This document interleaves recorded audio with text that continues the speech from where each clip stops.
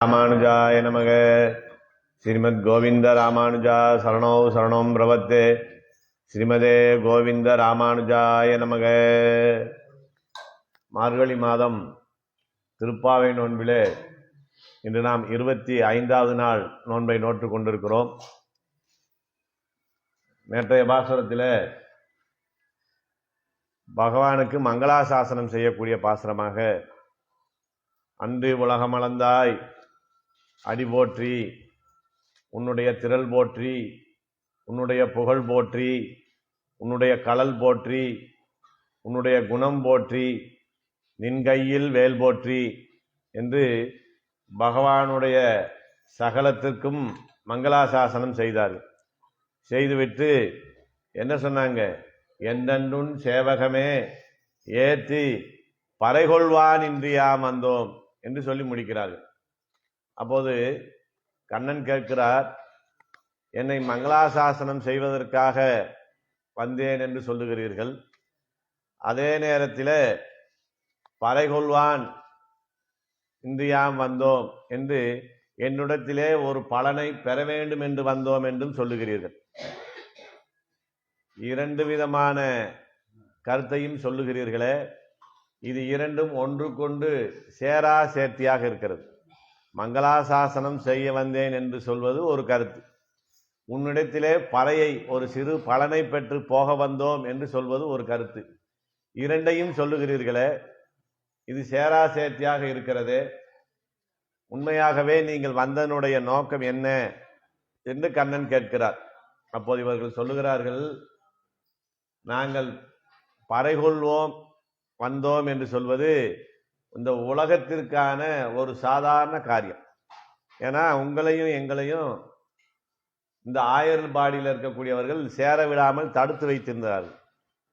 இந்த ஊரிலே மழை சரியான அளவிலே பெய்யாததுனால மழை வேண்டி, இந்த ஊரினுடைய நலம் வேண்டி உங்களிடத்திலே சேர்ந்து உங்கள் தலைமையிலே இந்த நோன்பை நோக்க சொல்லியிருக்கிறார்கள். அவர்களுக்கான விஷயமாகத்தான் இந்த நோன்பை நிறைவு செய்வதற்காக பறை என்று கேட்கிறோமே தவிர, உண்மையாக நாங்கள் உன்னிடத்திலே வந்தது உன்னையே உன்னிடத்தில் கேட்டு பெற வேண்டும் என்பதற்காகத்தான் வந்திருக்கிறோம். நீதான் எங்களுக்கான பலன், அதை கொடுக்கக்கூடியவனும் நீயாகவே இருக்கிறாய். அதனாலே உன்னையே நீ எங்களுக்கு தந்தரல வேணும் என்று கேட்டாள். இந்த இடத்துல போவோம், நன்கொடவை கேட்டு போனோம்னா எவ்வளோ வேணும்னா உங்கள் கல்லாப்பெட்டி அப்படியே கொடுத்துருங்கன்னு கேட்குற மாதிரி. இப்போ நம்ம என்ன கேட்குறோம்? கண்ணன்ட்ட ஏதோ சில விஷயங்களை கேட்டு விட்டு வரலாம் என்று போனால் என்ன கேட்குறோம்? உன்னையே எங்களுக்கு கொடுத்து விடு அப்படின்னு கேட்குறோம். அப்போ அவர் சொல்கிறாரு, லேசா சிரிச்சுக்கிறார், நீங்கள் வந்திருப்பதோ சிறு பிள்ளைகள், கேட்பதோ பெரிய விஷயம், பரமாத்மாவான என்னையே கேட்குறீங்களேன்னு அவர் சிரிச்சுக்கிட்டே கேட்குறாரு. அப்படி என்னை நானே கொடுப்பதென்றால் அதை பெறுவதற்கு உங்களிடத்தில் சில குறைகள், தடைகள் இருக்கிறதே, அந்த தடைகளை நீக்கினால் தானே நான் என்னை உங்களுக்கு கொடுக்க முடியும் என்று கேட்கிறார்.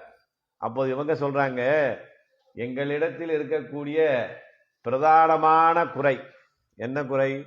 நான் எனது என்ற அகங்காரம் அமகாரங்கள். அதை நீக்கிறது தான் பெரிய விஷயம். முதல் நான் எனதுங்கிற விஷயத்தை நம்மிடத்துல இருந்து எடுப்பது மிகப்பெரிய விஷயம். எப்படியாவது வந்து நம்மகிட்ட ஏறிடும். ஏன்னா இந்த கர்ம வினை நம்மளே அப்படி செய்ய சொல்லும். நான் செய்தேன், இது என்னுடையது அப்படின்னு சொல்லுமே. அதே எங்களை விட்டு நீங்கிறதுனால தான் நாங்கள்லாம் உனக்கு அடியவர்கள், இந்த ஆத்மா பரமாத்மாவினுடைய அடிமை என்று தெரிந்து உன்னிடத்திலே வந்து சரணமடைந்தோம். அப்படி சரணமடைந்த பிறகுதான் உன்னை நாங்கள் கேட்கிறோம். அப்படி பிரதானமான குறையை எங்களிடத்திலிருந்து நீக்கிய நீங்கள் இந்த சாதாரண பாக்கி குறைகளை எல்லாம் நீங்களே நீக்கி கொடுக்க வேண்டும். எப்படி இருக்கு? எங்களுக்கு எல்லாம் வேணும், ஆனால் எதையும் நாங்கள் செய்ய மாட்டோம், பூரா நீ தான் செய்யணும். உன்னை சரணம்னு அடையிறது மட்டும்தான் எங்களுடைய வேலை. பாக்கி எங்கள் இடத்துல குறை இருக்கா நிறை இருக்கா அதெல்லாம் எங்களுக்கு தெரியாது. அதையெல்லாம் நீக்கி கொடுக்க வேண்டிய பொறுப்பும் உங்களுடையது. அதனாலே நீயே அதையும் போக்கருளி நீ கொடுக்கணும். எங்கிட்ட குறை இருக்கான்னு எப்படி நாங்கள் சொல்லுவோமா? நான் எங்கேயாவது போய் நான் தப்பான ஆளுன்னு சொல்ல முடியுமா? சொல்லுவோமா? நம்ம 1000 தவறுகள் செய்தாலும் என்ன சொல்லுவோம்? என்னைய மாதிரி யோகியர் இந்த ஊர்லேயே கிடையாதுன்னு தான் சொல்லுவோம். அதனால தான் என்ன பொறுப்பு அங்கே கொடுத்துட்டாங்க. எங்ககிட்ட குறை இருக்குதுன்னு நீங்கள் நினைச்சா அந்த குறைகளையும் நீக்கி உங்களை எங்களுக்கு தருவதற்கான தகுதியை எங்களுக்கு ஏற்படுத்த வேண்டிய பொறுப்பு உங்களுடையது. அதை செய்து நீ எங்களுக்கு உன்னை கொடுக்க வேண்டும் என்று கேட்கிறார். அதான் இந்த பாசுரத்துடைய சாரமாக இருக்கிறது. இன்றைய பாசுரம் எப்படியான பாசுரம்? ஒருத்தி மகனாய் பிறந்து ஓரிரவில் ஒருத்தி மகனாய் ஒளித்து வளர தரிக்கிலனாகி தான் தீங்கு நினைந்த கருத்தை பிழைப்பித்து கஞ்சன் வயிற்றில் நெருப்பென்ன நின்ற நெடுமாலே உன்னை அறுத்துதித்து வந்தோம். பரிதரிதியாகில் திருத்தக்க செல்வமும் சேவகமும் யாம்பாடி வருத்தமும் தீர்ந்து மகிழ்ந்தேலோரம்பாவாய் என்கிற பாசம். இந்த இடத்துல என்ன சொல்றாங்கன்னா, பெருமானுடைய பிறப்பை பற்றி சொல்லுகிறார் இந்த பாசுரம். ஏன்னா அவர் கேட்டார் இல்லையா, உங்களுக்கு நான் எப்படி என்னை தருவது என்று கேட்கிறார். அப்ப அதுக்கு காரணம் சொல்றாங்க, நீ இங்க பிறந்திருக்கிறாய். இங்கே பிறந்ததனுடைய நோக்கமே எங்களுக்காகத்தான். எங்களை நீ ஏமாற்ற முடியாது. நீ எதனால இங்க கண்ணனாக பிறந்திருக்கிறாய் என்பது தெரியும். அது எப்படி பிறந்தான் என்ற நிலையையும் இங்கே நமக்கு சொல்லுகிறார். முதலில் என்ன சொல்றாங்கன்னா, ஒருத்தி மகனாய் பிறந்து ஓரிரவில் ஒருத்தி மகனாய் ஒளித்து வளர, அப்படி ரெண்டு விஷயத்தையும் இங்க சொல்றாங்க. முதலிலே சொல்லக்கூடிய ஒருத்தி யார் என்று நம்ம பார்க்கிறோம். ஒருத்தி மகன் அப்படின்னு சொல்றாங்க. ராமன் அவதாரம் செய்ததற்கு தசரதன் மிகப்பெரிய யாகத்தை செய்து அதன் மூலமாக 4 பிள்ளைகளை பெற்றெடுத்தார். ஒருவர் தவம் செய்து 4 பேரை பெற்றார். இங்க என்ன ஆகுதுன்னா, 4 பேர் தவம் செய்து ஒரு பிள்ளையை பெற்றார். இங்கே தசரதன் ஒருவர், இங்கே வசுதேவர் தேவகி, நந்தகோபர் யசோதை, இந்த 4 பேரும் தவம் செய்து ஒரு பிள்ளையை பெற்றார். தவம் செய்தது 4 பேராக இருந்தாலும் அவனை பெற்றெடுக்கக்கூடிய வாய்ப்பு யாருக்கு கிடைத்தது? தேவகிக்கு கிடைத்தது. இந்த முதலிலே சொல்லக்கூடிய ஒருத்தி அந்த தேவகிதான். அதனாலதான் ஒருத்தி மகன். எப்படிப்பட்ட ஒருத்தி? எந்த வாய்ப்பு இருக்கு? எத்தனையோ லட்சங்கோடி ஆத்மாக்கள் இங்கே இருக்கிற போது தேவகி வயிற்றிலே பிறந்திருக்கிறானே, அதனாலே அவள் ஒருத்தி. அவன் ஒருவனாக இருக்கிறான். வேதத்தில் என்ன சொல்லப்பட்டிருக்கிறது? பரமபதத்தில் உள்ள தேவனாகிற நாராயணன் ஒருவனே. நாராயணன் ஒருவனே முதலில் இருந்தான். ஊழி முதல்வன் ஒருவனே. அவனை தவிர யாரும் பரமாத்மா கிடையாது. எத்தனையோ தேவதாந்தரங்களை நாம வணங்கினாலும் கூட, அங்கே போனாலும் கூட, பரமாத்மா யார் என்றால் ஸ்ரீமன் நாராயணனாகிய ஒருவனே என்று சொல்லியிருக்கிறார்கள். அதே போல அந்த பரமாத்மாவை பெற்றெடுத்த ஒருத்தி யாருன்னா தேவகி. அந்த பெருமை அந்த தேவகிக்கு இருக்கிறது. அப்படி ஒப்பற்றவளாக இருக்கிறாள். இதுல என்ன சிறப்பு? இந்த ஒருத்திக்கு மேலும் ஒரு சிறப்பு சொல்றாங்க. என்ன சிறப்பு சொல்றாங்கன்னா, பரமாத்மா ஒரு விதத்திலே நம்ம எல்லா ஆத்மாக்களுக்கும் தகப்பன். அப்ப இங்க இருக்கிற அனைவருமே அவருடைய பிள்ளைகள். அப்ப வசுதேவர் யாரு? கண்ணனுக்கு பிள்ளை. ஆனா தனக்கு ஒரு தகப்பன் வேணும் என்று முடிவு செய்து அதுக்கு வசுதேவனை தேர்ந்தெடுத்து தன்னுடைய மகனையே தனக்கு தகப்பனாக ஆக்கி பிறந்தவன். தன்னுடைய நிலையை தாழ்த்தி கொண்டு இப்படி பிறக்கிறார். அப்படி புகழ் வாய்ந்த ஒருவனை பெற்றவளாக இருக்கக்கூடிய ஒருத்தி, அதான் ஒருத்தி மகனாய் பிறந்து. ஏன் இந்த இடத்துல பிறந்து அப்படின்னு சொல்றோம்? நம்ம சாதாரண நம்மளை போன்ற மனிதர்கள் வேற ஜீவராசிகள் பிறந்தால்தான் பிறப்புன்னு சொல்றோம். ஏன்னா கர்ப்பவாசத்திலே இருந்து பிறப்பதுதான் பிறப்பு. பகவானை பற்றி சொல்லுகிற போது என்ன செய்தார்? நரசிம்மாவதாரம் எடுக்கிற போது அந்த தூணிலே தோன்றினார் அப்படின்னு சொல்றோம். அங்க தூணிலே பிறந்தார்னு சொல்லுவோமா? பிறக்கமான். அப்ப தூணிலே அவர் தோன்றினார். கஜேந்திர ஆழ்வானை காப்பாற்றுகிற போது என்ன செய்தார்? ஆவிர் பவித்தார், அங்கே வந்து அப்படியே வந்தார் அப்படின்னு நம்ம சொல்றோம். ஆனா இங்கே மகனாக பிறக்க வேண்டிய காரணம் ஏன் ஏற்பட்டதுன்னா, தேவகி தவம் செய்திருக்கிறார். பகவானே, உன்னை என் கர்ப்பத்திலே சுமந்து உன்னை மகனாக நான் பெற வேண்டும், அந்த வாய்ப்பை நீ எனக்கு கொடுக்க வேண்டும் என்று அவனுடத்திலே வரம் பெற்றவளாக இருப்பதனாலே அவளுடைய வயிற்றிலே வந்து பிறக்கிறான். அப்படி பிறந்து என்ன செய்தான்னா, நாமெல்லாம் பிறந்ததுக்கு என்ன காரணம் தெரியும். நாம செய்ததுக்கெல்லாம் பிறந்ததுக்கெல்லாம் என்ன காரணம்? கர்மவினை தான் காரணம். நான் ரொம்ப புண்ணியம் செஞ்சிருக்கேன் அதனால வந்து பிறந்திருக்கிறேன்னா பிறந்திருப்போம். நான் ரொம்ப பாவம் செஞ்சிருக்கேன் அதனால வந்து பிறந்திருக்கேன்னா பிறந்திருப்போம். நிறைய சொன்னா நம்ம வைணவத்தில் என்ன சொல்றாங்க, பிறந்த நாளையே கொண்டாடக்கூடாதுன்னு சொல்றாங்க. ஜெயிலுக்குள்ள போன நாளை கொண்டாடுற மாதிரி அதுன்னாங்க. குரத்தாழ்வான் காலத்துல அவருடைய நண்பருக்கு குழந்தை பிறக்கிற ஒரு நிலை, குழந்தை பிறக்க போகுதான். எல்லாரும் அங்க ஆர்வமா இருக்காங்க. குரத்தாழ்வார் மட்டும் ஓடினாராம் பெருமாள்கிட்ட, பெருமாளே இன்னொரு ஆத்மா இங்க பிறக்க வந்துருச்சு, இங்க வந்து பிறக்கவே கூடாது அப்படின்னு சொன்னாங்க. அப்படி நாமெல்லாம் இங்கே பிறந்ததற்கு என்ன காரணம்னா, கர்மவசத்தாலே வந்து இங்க பிறந்திருக்கிறோம். பிறந்ததுனால சில துன்பங்களை அனுபவிக்கிறோம், அது அந்த கர்மத்தினாலே. அவன் கர்மத்தினாலே வந்து பிறக்கல, இச்சையிலே வந்து பிறக்கக்கூடியவன் என்ன செய்கிறான், நமக்காக நம்மை போல துன்பங்களை எல்லாம் அவன் ஏற்றுக்கொள்கிறான். ஒரு சாதாரண கர்ப்பவாசத்திலே இருந்து பிறந்து ஒரு மனிதனாக எந்தெந்த துன்பங்களை எல்லாம் அனுபவிக்க வேண்டுமோ, கர்மவசத்தாலே பிறந்த நாம் படக்கூடிய துன்பத்தை இன்பத்தை தன் சுய நினைவாலே வந்து பிறந்தவனும் அனுபவிக்கிறானே. அப்படி பிறந்தவன். யாராவது நல்ல வசதியா இருக்கிற நிலையை விட்டுட்டு உடனே இறங்கி நீங்க வசதி இல்லாத வாங்கன்னா வருவோமா? ஒரு காலத்துல நம்ம மின்விசிறியே இல்லாம தூங்கி பழகினவங்க தான். இனி வரக்கூடிய சந்ததிகளுக்கு அது வேற. நம்ம காலத்துல வீட்டுல எல்லாம் மின்விசிறி இருக்காது. ரொம்ப வெயில் காலம் வந்தா ஒரு தென்னை ஓலையில கட்ட விசிறியை வீசிக்கிட்டே எப்ப தூங்கணும்னே தெரியாது தூங்கியிருப்போம். அப்புறம் என்ன செஞ்சோம், மின்விசிறி மாட்டினோம். அது இல்லாம தூங்க முடியாதுங்கிற இடத்துக்கு வந்துட்டோம். அப்புறம் கொஞ்சம் மேல எங்க வந்தோம், குளிர்சாதன பெட்டி இருந்தா தான் தூங்குவோன்ற இடத்துக்கு இப்ப போயிட்டோம். இந்த வசதியை குறைச்சிட்டு மறுபடியும் மின்விசிறி இல்லை, மின்சாதன வசதி இல்லை, நீங்க போய் சாதாரண விசிறி வீசிட்டு படுங்கன்னா நம்ம வருவோமா திருப்பி? அப்பப்பா ராத்திரியெல்லாம் தூங்கலை, ஒரே புழுக்கம்னு சொல்லுவோம். அப்படி தன்னுடைய உயர்ந்த நிலைக்கு போயிட்டோம்னா தாழ்ந்து வரமாட்டோம். ஆனா பகவான் என்ன செய்கிறார், உயர்ந்த நிலைக்கு போயிருந்தாலும் கூட தன்னை தாழ்த்தி கொண்டு வந்து அவனுடைய சுகபோகங்களை எல்லாம் விட்டு விட்டு இங்க வாங்க. பனிக்கடலில் பள்ளிகோளை பழக விட்டு ஓடி வந்து என் மனக்கடலில் வாழ வல்ல மாய மணால நம்பி. அவ்வளவு குளிர்ச்சியான இடத்த விட்டு போட்டு இந்த கொதிக்கிற இடத்துக்கு நீ வரணுமான்னு ஆழ்வார் கேட்டார்.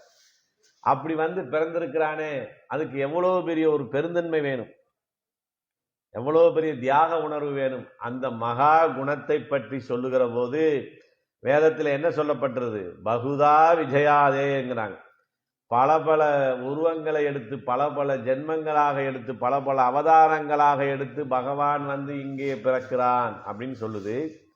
பகவானே என்ன சொல்றாரு, சம்பவாமி யுகே யுகே, எப்போதெல்லாம் அதர்மம் தலையெடுக்கிறதோ அப்போதெல்லாம் நானே வந்து இங்கே பிறக்கிறேன் என்று அவரும் சொல்லுகிறார்.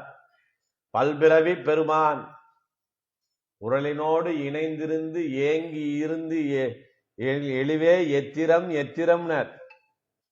இவ்வளோ பெரிய பரமாத்மா அவங்க அம்மா கட்டி போட்டதுனால இந்த உரல்ல இருந்து நம்மளை யாரா கலட்டி விடுவான்னு ஏங்கி ஏங்கி பார்த்து நின்னானே, அந்த ஏங்கிய எளிவு எத்திரம் எத்திரம். அந்த அம்மா வந்து காட்டும் போது வாயத்திறந்து உலகத்தையே காட்டவருக்கு இந்த கயிறை காட்ட தெரியாதா? ஒரு அன்பு, அந்த அன்பிலே கட்டுப்பட்டு அதனாலே தழும்பும் ஏற்பட்டு தாமோதரான்னு பேர் வேற வாங்கினானே.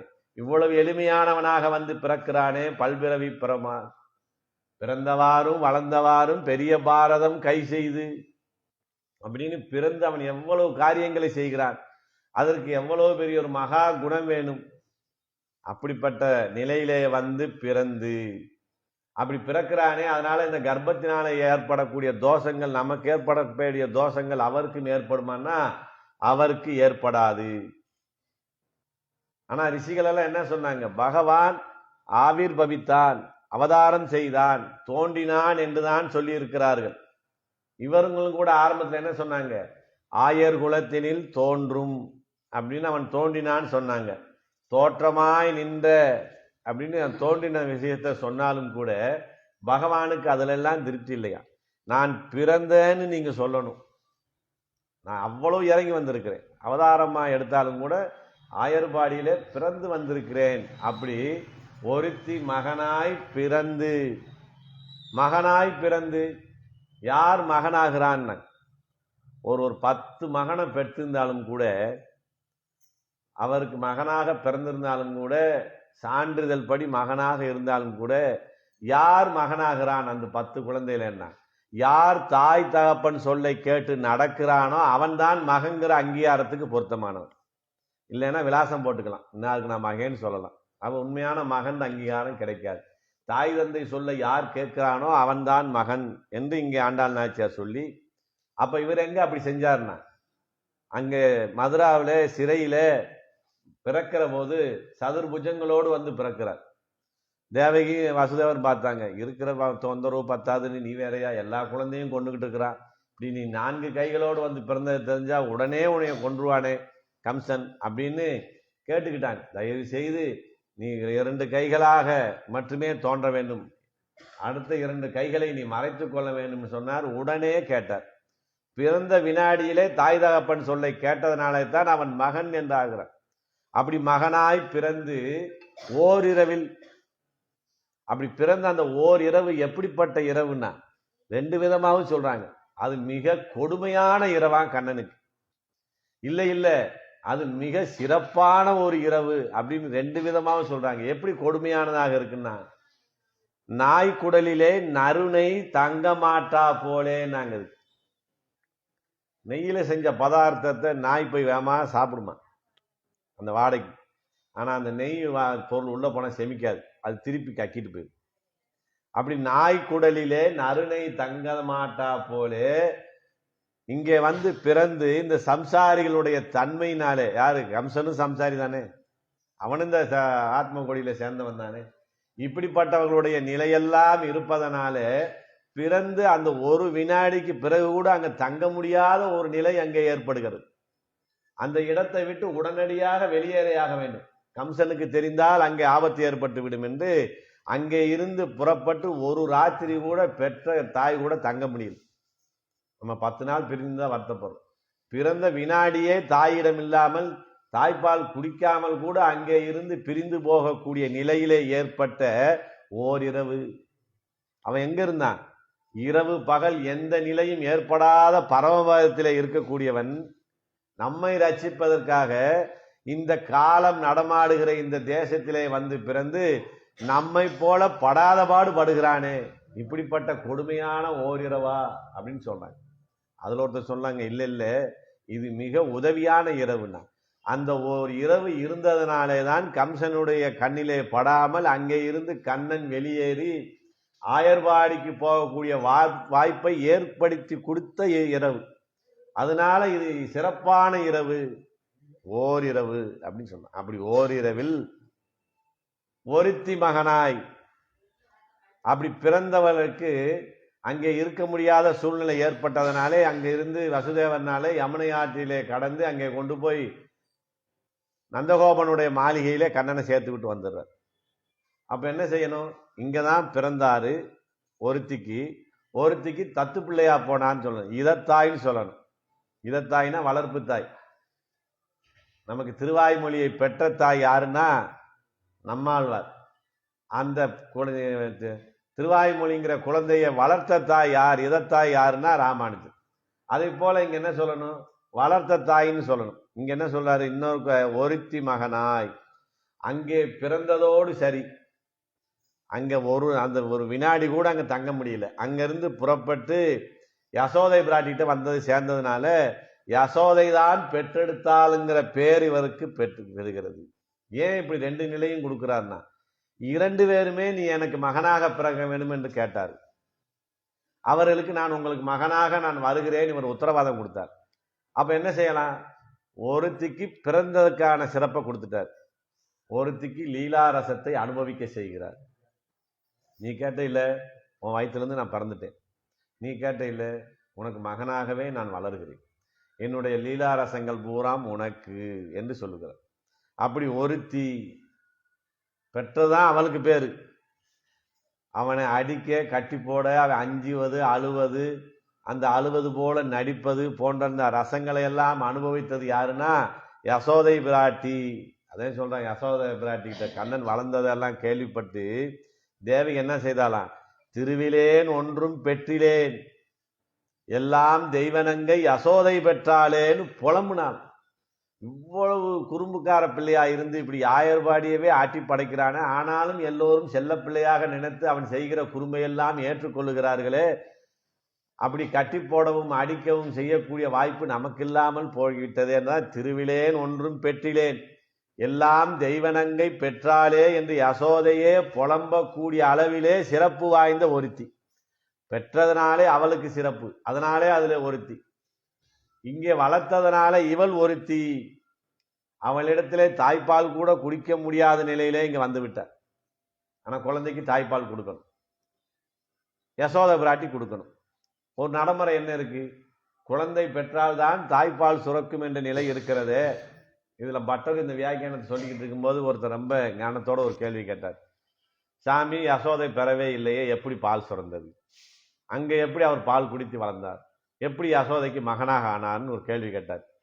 பட்டர் ரொம்ப சுருக்கமா சொன்னாராம், யசோத பிராட்டிக்கு தாய்ப்பால் சுரந்தா உனக்கென்ன கவலை, அங்க கண்ணன் பால் குடித்திருந்தால் உனக்கென்ன கவலை, இந்த சிந்தனை உனக்கு எதுக்குன்னு. இல்ல சாமி, தெரியாம கேட்டேன். பூதகி ராட்சசி கண்ணனை கொல்வதற்காக தன்னை இடைப்பெண்ணாக மாற்றிக்கொள்கிறார். மாற்றிக்கொள்ளும் போது கூட என்ன நினைக்கிறார், கண்ணனுக்கு தாய் போல நடித்து அவனை மடியில அமர்த்தி பால் கொடுத்து கொள்ள வேண்டும் நினைக்கிறார். இப்ப பூதகிக்கு எப்படி பால் சுரந்தது? நினைவு. கண்ணனை மகனாக நினைத்த மாத்திரத்திலேயே அங்க தாய்ப்பால் சுரக்கிறது.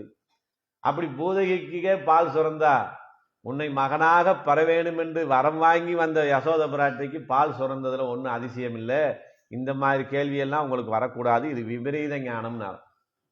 கண்ணன் நினைச்சா என்ன வேணா செய்யலாம், இது ஒரு சந்தேகமா உங்களுக்கு அப்படின்னு பட்டர் சொன்னதாக இங்கே நமக்கு சொல்லுகிறார். அப்படி ஒருத்தி எல்லா உலகுக்கும் சர்வேஸ்வரனாக இருக்கக்கூடிய அந்த பரமாத்மாவை கட்டவும் அடிக்கவுமாம் படியான இருந்தாலே இவள் ஒருத்தி. யாருக்கு அந்த வாய்ப்பு கிடைத்தது? கண்ணன் தீம்பு செய்தால் குறை சொல்ற வாய்ப்பு தான் கிடைச்சது.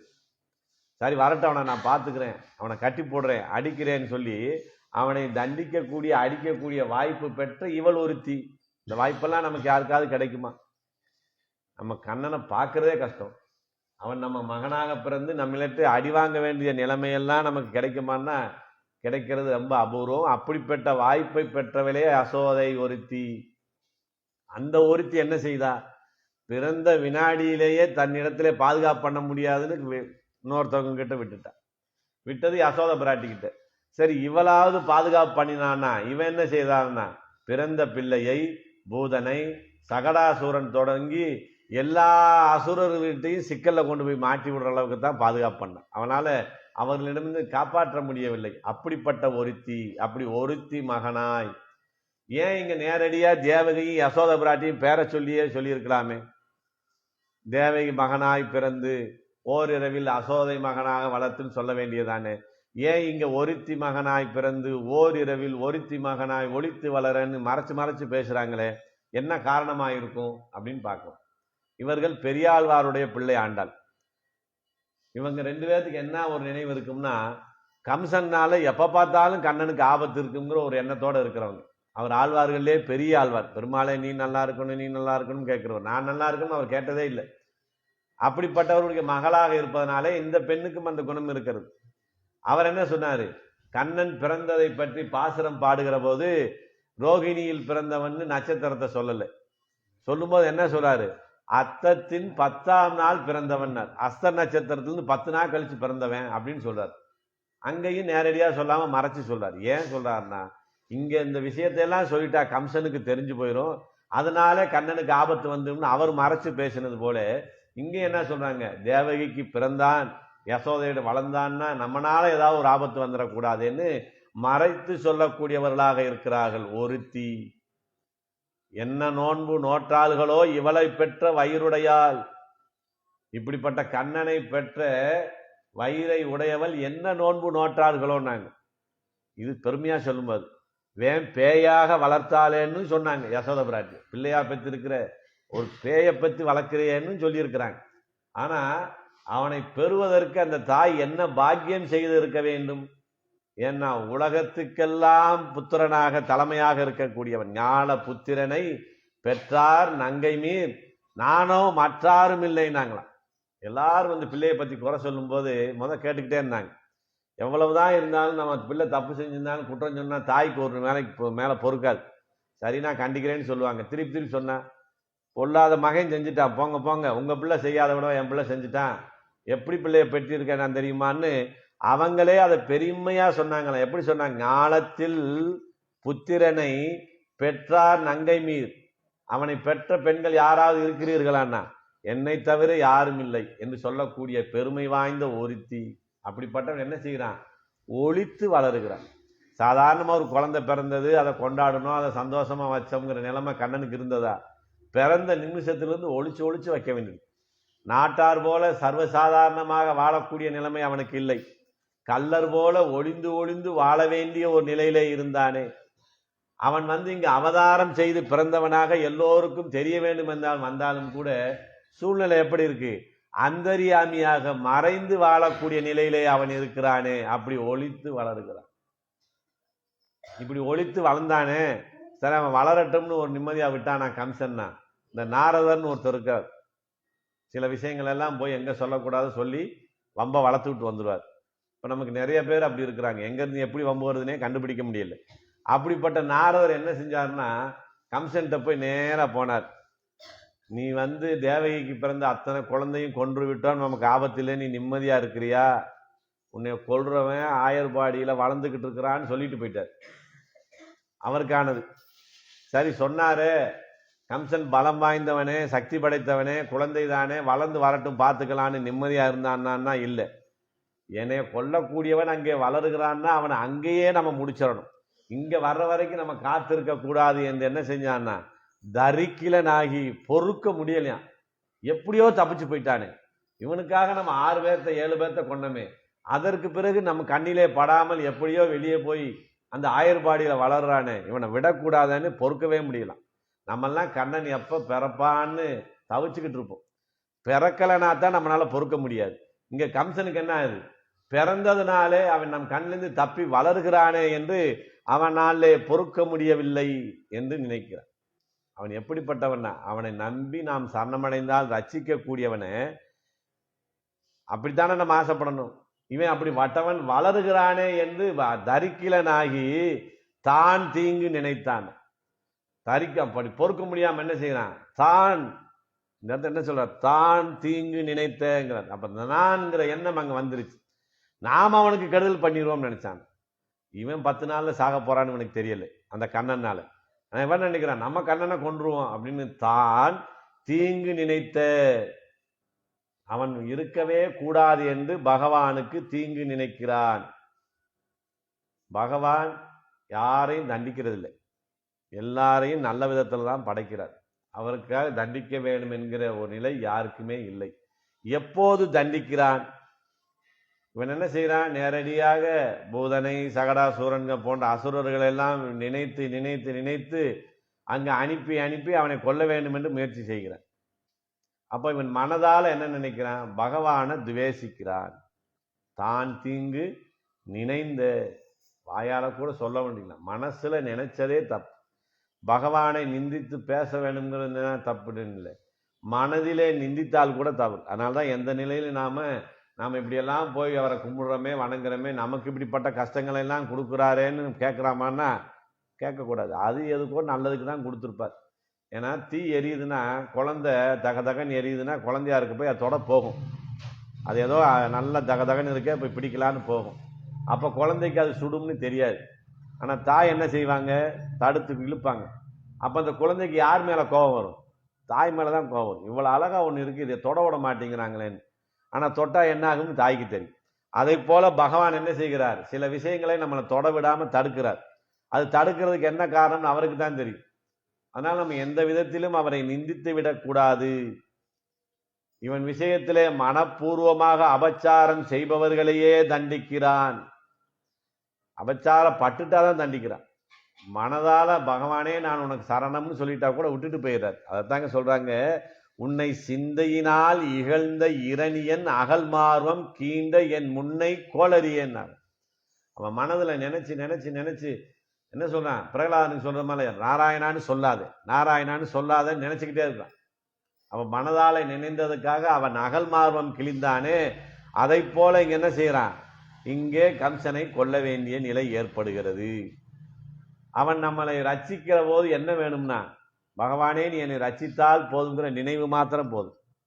ஆனா அவனை நம்ம தண்டிப்பதற்கு என்ன காரணம் இருக்கிறதுனாக, நெஞ்சார அவனை திவேசித்தாலே போதும், வேலையை முடிச்சிருவார். ஓஹோ, இவர் நம்மளையும் பயக்கிறாரு, நம்ம அடியவர்களையும் பயக்கிறாரு, இவரை நம்ம சாதாரணமா விடக்கூடாது அப்படின்னு அவர் அடுத்த கட்டத்துக்கு போயிடுறார். அதனால நெஞ்சாலை கூட பகவானை துவேசிக்க கூடாது. அப்படி தான் தீங்கு நினைத்து நம்மால கண்ணனை முடிக்க முடியும் என்று பல விதங்கள்ல முயற்சி பண்ணி இங்க வர வச்சு, இங்க என்ன சொல்றாரு, பட்டத்து யானையை விடுறாரு, மல்லர்களை விடுறாரு, எப்படியாவது முடிச்சலாம் நினைச்சான். அவன் நினைப்பு ஒண்ணு கூட நடக்கல. தரிக்கிலனாகி தான் தீங்கு நினைந்த கருத்தை பிழைப்பித்தினார். அவனுடைய எண்ணங்களை பூரா தவறாக்கினார். கருத்தை பிழைப்பித்து அவன் எண்ணத்தை ஒன்றை கூட நடக்க விடல. அவன் என்னென்ன பண்ணி பார்த்தான், பூதனை, சகடாசூரன், வச்சாசூரன், கவிச்சாசூரன், குவலாயாபீடம், சானூரா முஷ்டிகர்கள் எவ்வளவோ அனுப்பி பார்த்தான், ஒன்றும் முடியல. கடைசியில அந்த அசரீரி சொன்னது போல பகவானுடைய கையாலேயே கம்சனுடைய உயிர் பறிக்கப்பட்டது. அப்படி கருத்தை பிழைப்பிக்க பிழைப்பிக்க ஒவ்வொரு அசுரர்களும் போய் கொல்ல முடியாம அவங்க சாக சாக அந்த விஷயத்தை கேள்வி பட கம்சனுடைய நினைவு என்ன ஆகுதான், தீங்க மனசுல நினைச்சான். அவனை கண்ணனை கொல்லணும்னு ஆள் அனுப்புறான். அது நடக்கலைங்கிற போது என்ன ஆகிறான், கஞ்சன் வயிற்றில் நெருப்பெண்ண நின்ற நெடுமாலேன்னு. கண்ணான்னு யாராவது சொன்னா வயிற்றுல திகு திகு திகு திகுன்னு வயிறு எரியிற மாதிரியே இருக்குமா. எந்த நேரமும் இப்படி ஒருத்தன் தகிப்பிலே இருந்தா என்ன ஆகும், கண்ணன் அங்க இருக்க இருக்க இவனுக்கு வயிற்றுல எரிப்பு எரிந்து கொண்டே இருக்கிறது அப்படின்னு சொல்றாங்க. அப்ப கஞ்சன் வயிற்றில் நெருப்பெண்ண நின்றாலே, கஞ்சன் இங்க கம்சனைத்தான் தமிழ் படுத்தி கஞ்சன் என்று சொல்லி இருக்கிறார்கள். பகவானிடத்திலே அன்பு கொண்டவர்கள் எப்படி இருக்கும், குழு குழுன்னு இருக்கும். நம்ம கிட்ட இயற்கையாக நம்ம குடும்ப தொந்தரவுனால வேற பிரச்சனைகளால நம்ம மனசு கொதிச்சு போய் கிடந்தாலும் பகவானை பற்றி நினைவு, பகவானை பற்றிய பாசுரங்கள், பகவானை பற்றி ஆச்சாரியர்கள் சொன்ன விஷயத்தை நினைக்கிற போது அந்த கவலையிலேருந்து கொஞ்சம் வெளியே போய் மனசு குளுமையாயிரும். இங்க எப்படி இருக்குன்னா, எந்த நேரம் நெருப்பு எரிஞ்சுக்கிட்டே இருக்கான். அணையா விளக்கு போல கம்சனுடைய வயிற்றுல எந்த நேரம் நெருப்பு எரிந்து கொண்டே நிற்கிறது. அப்படி கஞ்சனை காய்ந்த காலமேக திருவுருவன்னா, கஞ்சனுக்கு நெருப்பாக இருந்த காலமேக திருவுருவனாக இருந்த அந்த பரமாத்மா அவன் வயிற்றிலே நெருப்பாக நிற்கிறான். நெருப்பெண்ண நின்ற வெண்ணகரம் சேரா வகையே சிலை குனித்தான் என்றது போல அவனை நினைச்சு நினைச்சு நினைச்சு இவன் நெருப்பாக நிற்கிறான். நாம் அவனை நினைத்து நினைத்து நினைத்து நினைத்து நீர்பாண்டமாக உருகி கிடக்கிறோம். அதுதான் அவருக்கு நமக்கு வித்தியாசம். இப்ப இங்க என்ன பிரச்சனையா இருக்கு, பணமா பலமா பதவியா அதிகாரமா, ஒண்ணும் இல்லை. கஞ்சன் நினைக்கக்கூடிய நினைவு அவனுக்கு பிரச்சனை, நம்ம நினைக்கக்கூடிய நினைவு நமக்கு சுகம். அப்ப எங்க இருக்கு பிரச்சனை, நம்ம நினைவுல தான் இருக்கு. கண்ணன் இருந்துட்டு போதும், நம்ம சமாதானம் ஆயிடலான்னு போயிருந்தா கம்சனுக்கு இந்த தொந்தரவே இல்லை. மன ரீதியா எவ்வளவு அழுத்தத்துல கஞ்சன் இருந்தான் என்பதைத்தான் நெருப்பெண்ண நின்ற நெடுமாலேங்கிறாங்க. நெடுமாலே, அவனுக்கு நெருப்பா நிக்கிறவன மாலேன்னாலே கருணை கடல் அர்த்தம். நெடுமாலேன்னா கருணைக்கு அளவே இல்லாதவனாக இருக்கிறாய். என்ன யாருக்கு, எங்களுக்கு. கம்சனுக்கு நீ எப்படி இருந்தா என்ன, அவன் உன்னை வேணான்னு நினைக்கிறவன், நாங்க உன்னை வேணுமென்று நினைப்பவர்கள். எங்களுக்கு நீ எப்படி இருக்கிறாய், நெடுமாலே என்று இருக்கிறாய், அன்பு மிக்கவனாக இருக்கிறாய். ஒன்றும் பெற்றிலேன் என்று வசுதேவன் பெற்றிலேன் என்று இந்த 2 நிலையும் யசோதை பிராட்டி புலம்புகிறாளே, அதெல்லாம் எங்களுக்கு கிடைச்சு போச்சு. எங்க இந்த ஆயர்பாடியில் இருந்ததுனால உன்னை பெற்ற தாய் தகப்பனுக்கு கிடைக்காத அந்த இன்பம் கூட எங்களுக்கு கிடைத்தது. இதையெல்லாம் எங்களுக்கு நீ காட்டி கொடுத்ததுனால நீ எங்களுக்கு எப்படிப்பட்டவனாக இருக்கிறாய், நெடுமாளாக இருக்கிறாய்.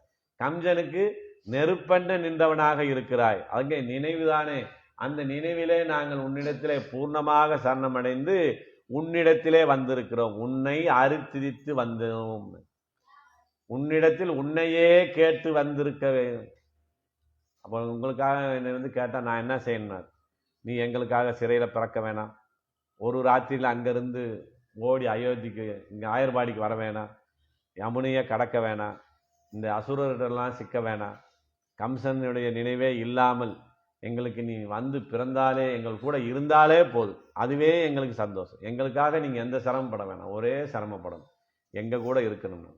அவன் அதுதானே சிரமம், உங்கள் கூட இருந்தால் நீங்கள் சும்மா இருப்பீங்க, நான் கூட வாம்பிங்க, அப்புறம் எங்களுக்கு அது வேணும் இது வேணும்னு கேட்க ஆரம்பிச்சிருவீங்க, நீங்கள் கேட்டால் என்னால் கொடுக்க முடியாமல் இருக்க முடியாது அப்படின்னு அவர் யோசிக்கிறார். உன்னை அறுத்திட்டு வந்தோம், உன்னிடத்தில் உன்னையே கேட்டு வந்தோமே தவிர வேறொன்றையும் நாங்கள் கேட்கவில்லை.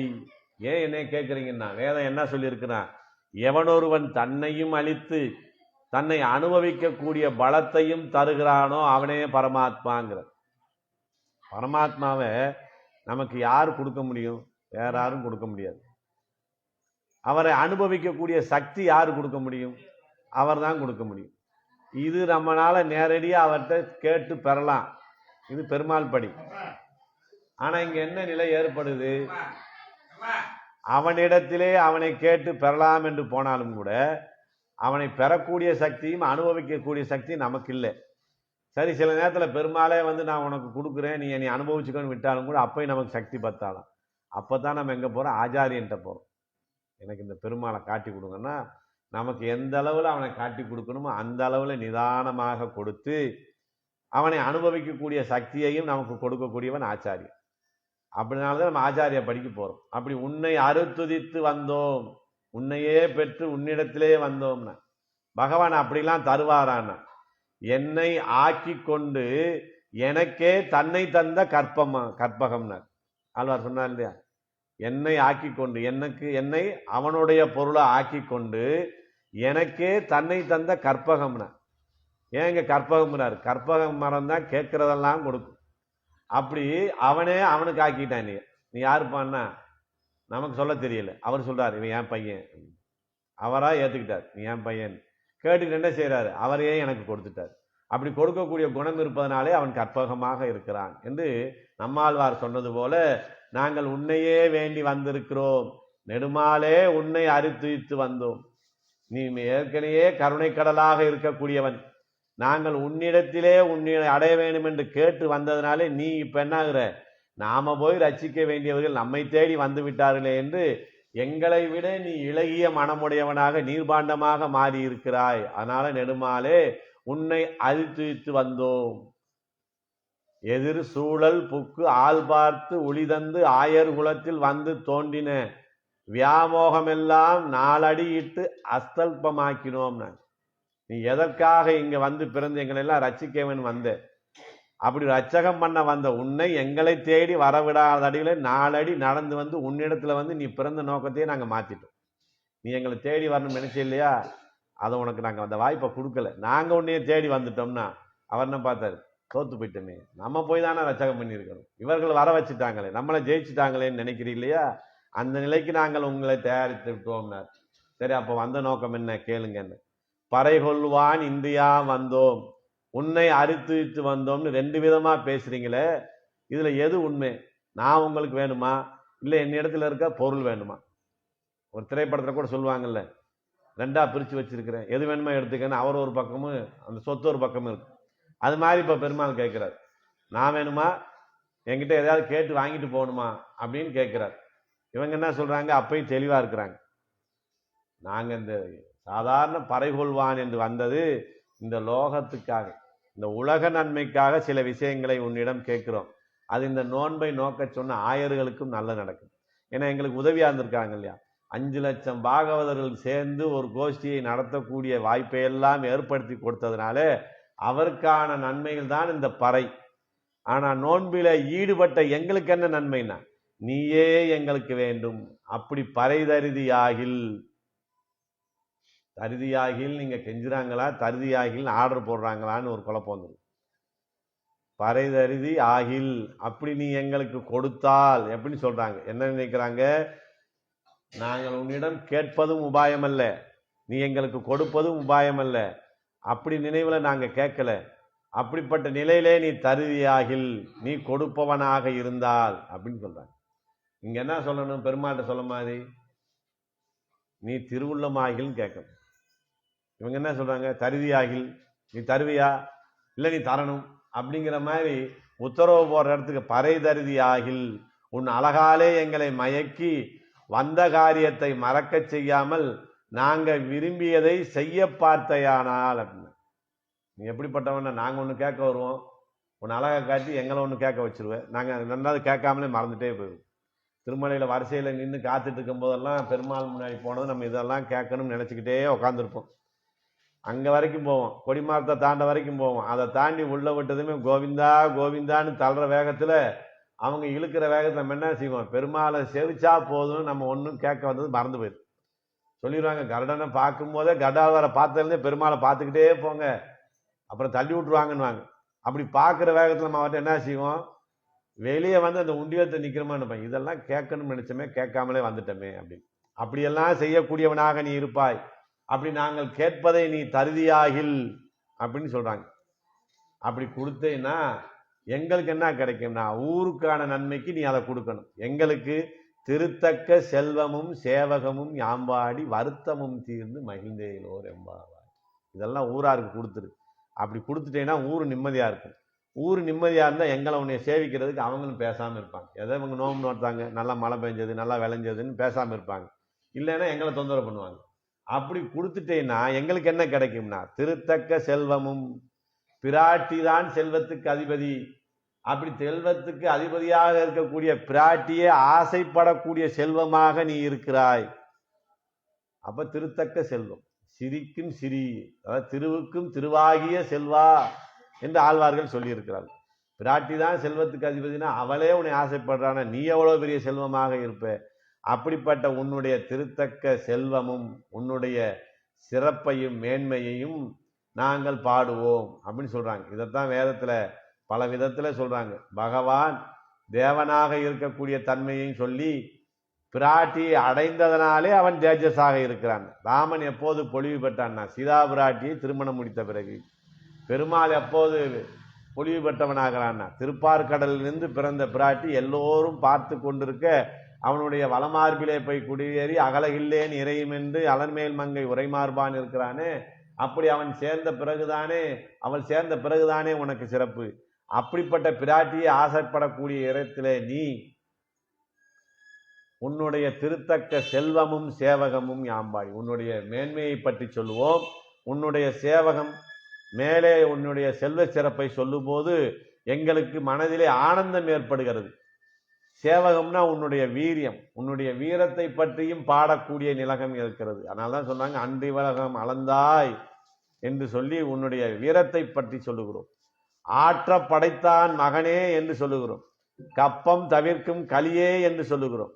அப்போ உன்னுடைய மேன்மையை செல்வத்தையும் சொல்லுகிறோம், உன்னுடைய வீரத்தையும் பாடுகிறோம்.